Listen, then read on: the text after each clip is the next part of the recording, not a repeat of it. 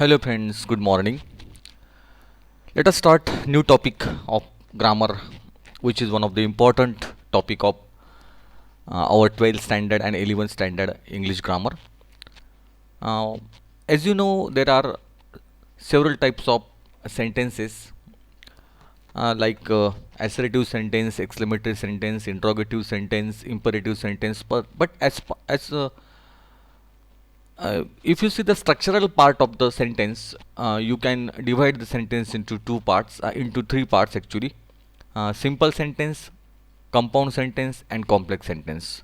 And today we are going to start the same topic. That means sentence structure and accordingly types of sentences. We move to our topic. Let us start with our topic.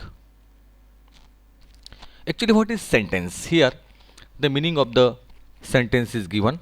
What is sentence? Sentence is nothing but a group of words which makes complete sense. Every sentence has two main parts, namely subject and predicate. A subject contains a noun or a pronoun, and the predicate contains a verb. So it is said that naming part is the subject and the telling part is called predicate. A sentence is divided into one subject second predicate. मित्रांनो, जर आपण नीट बघितलं तर प्रथमतः वाक्य काय असतं. आपण कुठलंही वाक्य ज्यावेळा बोलतो त्यावेळा असं असंबंध बोलत नाही आपण, तर सेंटेन्सची व्याख्या अशी केली गेलेली आहे. A sentence is nothing but a group of meaningful words which makes complete sense. तर अर्थपूर्ण शब्दांचा समूह म्हणजे वाक्य. अर्थातच अर्थपूर्ण शब्द येतील प्रत्येक वेळा असा भाग नाही आहे, पण जेही बोलतो आपण ते अर्थपूर्ण असावं ही अपेक्षा त्या ठिकाणी आहे. आणि म्हणून त्याने म्हटलं की every sentence has two main parts. प्रत्येक वाक्यात दोन पार्ट्स असतात प्रामुख्याने. त्यातला पहिला जो पार्ट असतो त्याला म्हणतो आपण सब्जेक्ट पार्ट. सब्जेक्ट पार्ट ज्याला आपण कर्ता असं म्हणतो. अँड प्रेडिकेट पार्ट त्याला आपण मराठीत त्याला विधेय असं म्हणतात. प्रेडिकेट त्याला म्हणतात. सब्जेक्ट आणि प्रेडिकेट म्हणजे कर्ता आणि विधेय असं त्याला म्हणतात. A subject contains a noun or pronoun. आणि त्याने म्हटलं की कुठलाही कर्ता जो असतो तो प्रामुख्याने एकटं नाम असतो किंवा सर्वनाम असतं. म्हणजे समजा एखादं नाव असेल विशिष्ट, संजय आहे, सुनीता आहे, किंवा प्रोनाउन आहे, ही आहे, शी आहे, दे आहे, अवर आहे, या पद्धतीने. And a predicate contains of verb. आणि प्रेडिकेट जे असतं प्रेडिकेटमध्ये क्रियापद येतं. सो इट इज क्रियापद आहे त्याला आपण कॉम्प्लिमेंटसुद्धा येतं. कॉम्प्लिमेंट म्हणजे पूरक भाग जो आहे, म्हणजे S plus V plus C ज्याला म्हणतो आपण, S plus V plus O ज्याला म्हणतो आपण, हे जो पॅटर्न आपला आहे subject plus verb plus object. तर व्हर्ब प्लस ऑब्जेक्ट हा जो पॅटर्न आहे याला म्हणतात predicate part. So it is said that naming part is the subject and the telling part is the predicate. आणि म्हणून असं म्हणतात की जो नेमिंग पार्ट असतो ज्यात नेम असतं त्याला सब्जेक्ट असं म्हणतात, आणि ज्याबद्दल सांगितलेलं आहे त्याला टेलिंग पार्ट असतं त्याला म्हणतात predicate. A sentence is divided in two parts as subject and predicate. Now basic elements of every sentence. कुठल्याही वाक्याचे जे बेसिक एलिमेंट्स असतात ज्याला आपण मुख्य पायाभूत घटक असं म्हणतो ते दोन असतात. एक असतो subject part, this is called as subject part. And second word is predicate ज्याला म्हणतो आपण विधेय आणि कर्ता या अर्थाने. Basic elements for example Sunny plays tennis या ठिकाणी आलेलं आहे. This is subject part, this is predicate part, plays tennis. Example, subject. The name of the person or thing we speak about is called a subject. The name of the person or thing एखादी व्यक्ती किंवा एखाद्या वस्तूबद्दल ज्याबद्दल आपण बोलत आहोत त्याला subject असं म्हणतात. Predicate means what is sed about the subject is called a predicate. ज्याबद्दल बोललं जातं सब्जेक्टबद्दल जे बोललं जातं त्याला प्रेडिकेट असं म्हणतात. For example, Madhavi is very beautiful. Subject part Madhavi, very beautiful predicate. Man is a mortal animal. Man subject is a mortal animal predicate. The sun rises in the east. Sun subject P rises in the east is predicate part. Now next, more about predicate. अजून predicate बद्दल काय सांगता येईल. The essential word in the predicate is a verb and it is often modified by an adverb or an adverb equivalent.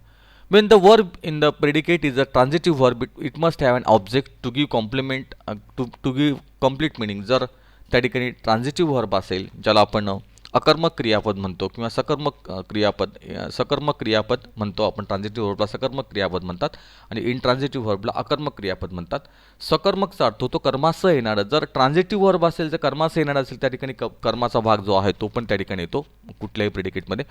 Object, a word or group of words which is use after transitive is called an object. तर असा शब्द किंवा असा शब्दांचा एक समूह की जो ट्रान्झिटिव्ह नंतर येतो त्याला म्हणतो ऑब्जेक्ट पार्ट.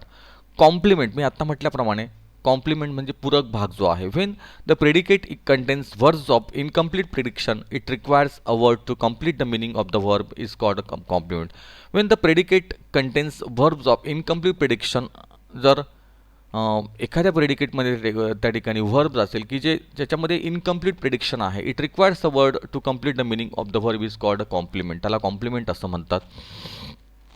तर या पद्धतीने कुठलाही प्रेडिकेट जे असतं ते प्रामुख्याने ऑब्जेक्ट आणि कॉम्प्लिमेंटचं बनलेलं असतं. त्याच्यामध्ये व्हर्बसुद्धा येऊ शकतो, त्याच्यामध्ये ऑब्जेक्ट येऊ शकतो, त्याच्यामध्ये कॉम्प्लिमेंट येऊ शकतो. म्हणजे विधेय म्हणजे काय, तर कर्त्या व्यतिरिक्त जो पुढचा भाग असतो त्याला विधेय किंवा त्याला प्रेडिकेट असं संबोधतात. Next, structural classification of sentences. तर अशा पद्धतीने स्ट्रक्चरल क्लासिफिकेशन जे असतं त्यानुसार आपले वाक्य जे आहे ते 3 प्रकारामध्ये मोडतात. The sentences can be divided into 3 types, 3 classes from structural point of view. Simple sentence, compound sentence, complex sentence. Simple sentence ला आपण साधं वाक्य असं म्हणतो. कंपाऊंड सेंटेन्स जे आहे त्याला संयुक्त वाक्य असं म्हणतात आणि कॉम्प्लेक्स सेंटेन्स त्याला म्हणतात मिश्र वाक्य. अशा पद्धतीने 3 प्रकारची वाक्य जी आहेत ती आपल्याकडे येतात. Sentences type simple, compound, complex. आता आपण सिंपल सेंटेन्सकडे जाऊया. अ simple sentence has one subject and one predicate. तर कुठलाही साधं वाक्य जे आहे त्याच्यामध्ये एकच कर्ता आणि एकच विधेय असतो, म्हणजे एकच action. It talks about one and only one action is there.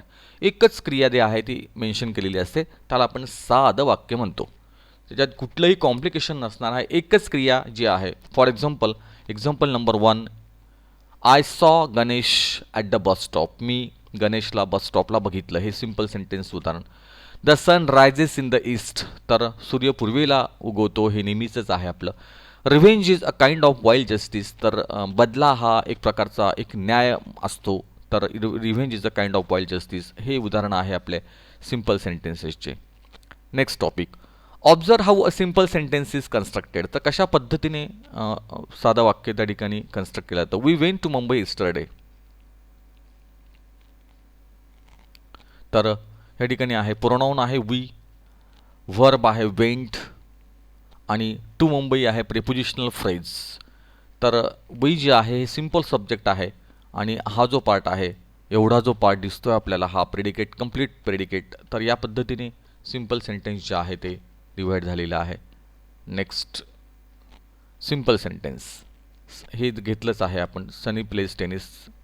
Simple sentence, Tom and Mary play tennis. तर ह्या ठिकाणी आहे कंपाऊंड सब्जेक्ट आहे, म्हणजे 2 सब्जेक्ट आहे, टॉम अँड मेरी. बघा, टॉम अँड मेरी जे आहे ते. नेक्स्ट आपण बघितलं तर simple sentence with compound subject, Tom and Mary play tennis. Simple sentence with compound subject and compound predicate, Tom and Mary play tennis and swim. तर बघा आता ह्या ठिकाणी कंपाऊंड प्रेडिकेट आलेला आहे, पुन्हा अँडचा वापर आपल्याला दिसतोय. Compound sentence, a compound sentence has more than one part that can stand alone. Independent clauses, these independent clauses are joined by coordinating conjunctions like and, but, so, or, for, otherwise, either or, neither nor. A compound sentence has more than one part. तर compound सेंटेन्समध्ये एकापेक्षा जास्त part असतात, एकापेक्षा जास्त भाग असू शकतात. That can be stand alone, की जे दोघंही इंडिपेंडेंटली स्टँड होऊ शकतात. इंडिपेंडंट क्लॉजेस ज्याला आपण म्हणतो, की जे स्वतंत्र वाक्यांश म्हणून त्या ठिकाणी क्लॉज जे आहेत ते.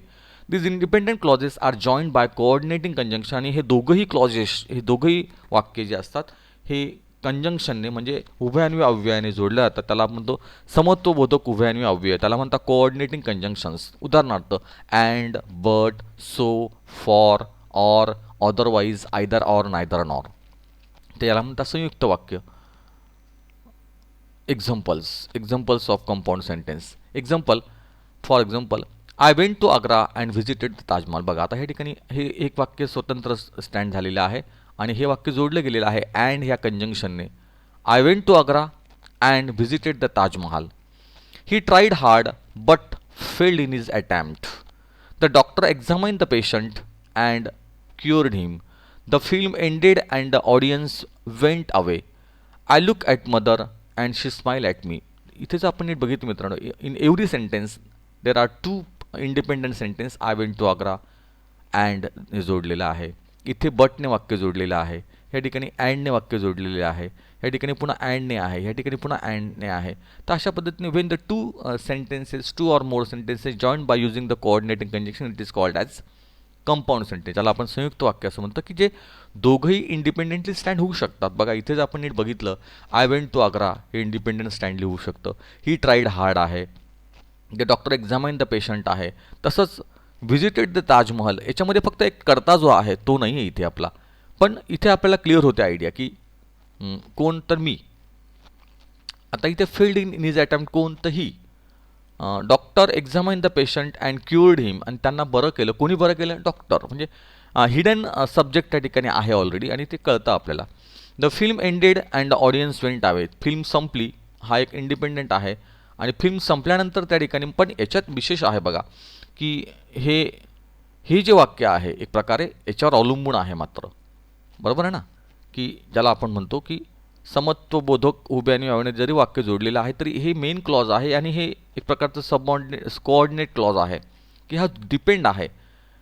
म्हणजे याच्याशिवाय हे स्टँड राहू शकत नाही, याच्याशिवाय हे स्टँड होऊ शकत नाही. मी जर आग्राला गेला नसतो तर ताजमहलला व्हिजिट दिली असती का? म्हणजे these are the main clause, all these are the main clause and these are the subordinate, not subordinate but coordinate clauses are there. समत्वबोधक, नॉट कोऑर्डिनेट क्लॉज वेगळा, सबऑर्डिनेट क्लॉज वेगळा.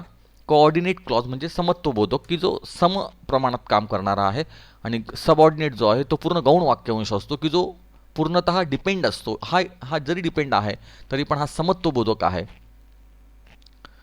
वी वेंट टू सॅन जुआन and most of us dance all night. Compound sentence example बघा, ह्या ठिकाणी बरोबर दिलेलं आहे. सब्जेक्ट आहे वी, वेंट आहे व्हर्ब, टू सॅन जुआन प्रेपोजिशनल फ्रेज आहे. हा पार्ट आहे प्रेडिकेटचा. अँड जे आहे हे कोऑर्डिनेटिंग कंजंक्शन आहे. मोस्ट ऑफ अस सब्जेक्ट आहे. डान्स व्हर्ब आहे. ऑल नाईट मॉडिफाईंग फ्रेज आहे आणि हे प्रेडिकेट आहे. संपूर्ण जे आपल्याला दिसतं कंपाऊंड सेंटेन्स या पद्धतीने त्याचं ॲनालिसिस जे आहे ते इथे केलेलं आहे. Use of coordinating conjunction, subject predicate and subject predicate. Tom swims and Mary plays tennis. Compound sentence coordinating conjunctions, तर हे फॅन बॉईज हे लक्षात ठेवायचं. याची जी शॉर्ट फॉर्म आहे तर हे आपण फॅन बॉईज हे आपण नीट जर बघितलं तर बघा इथे FAN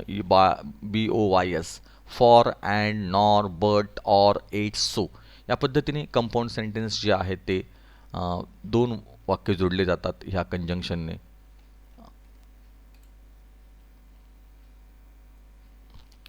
Tom swims and Mary plays tennis. Clause 1 independent, clause 2 independent, हे दोघंही जोडले गेलेले आहेत. Compound sentence coordinating conjunction, Tom swims and Mary plays tennis, comma before and in compound sentence. तर या ठिकाणी कॉमा वापरलेला आहे. Compound sentence conjunctive adverb, moreover, however, otherwise, therefore हे सुद्धा त्या ठिकाणी वापरले जातात. Compound sentence conjunctive adverbs, Bob is handsome, moreover he is rich. Clause 1 independent, clause 2 independent, हे दोघंही इंडिपेंडंट आहे. मोर ओव्हरने जोडलं गेलेलं आहे वाक्य. Bob is handsome, moreover he is rich. Note semicolon before the conjunctive adverb and comma after conjunctive verb, तर हे semicolon वापरलेलं आहे. Conjunctive adverbs float. Conjunctive adverbs are sometimes called floating adverbs because they can be positioned at the beginning, in the middle or at the end of a clause. तर कंजंक्टिव्ह adverb जे असतात ते floating असतात, म्हणजे त्याची जागा जी आहे ती बदलती असते असं म्हटलेलं आहे. Conjunctive adverbs at the beginning, in the middle, at the end. Bob is handsome, moreover he is rich. Bob is handsome, he is moreover rich. Bob is handsome, he is rich more over.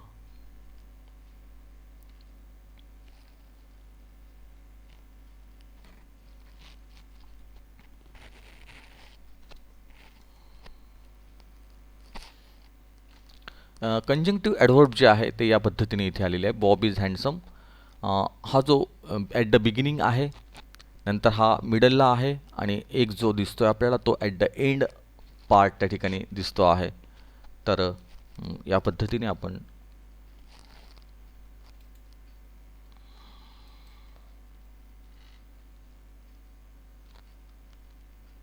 Complex सेंटेन्सकडे आपण जाऊया. A complex sentence has at least two parts, one that can stand alone, that is main clause, and another one that cannot stand alone, that is subordinate clause. These clauses are joined by subordinate conjunctions like that, who, if, although, as. Okay, here we stop and move to next part.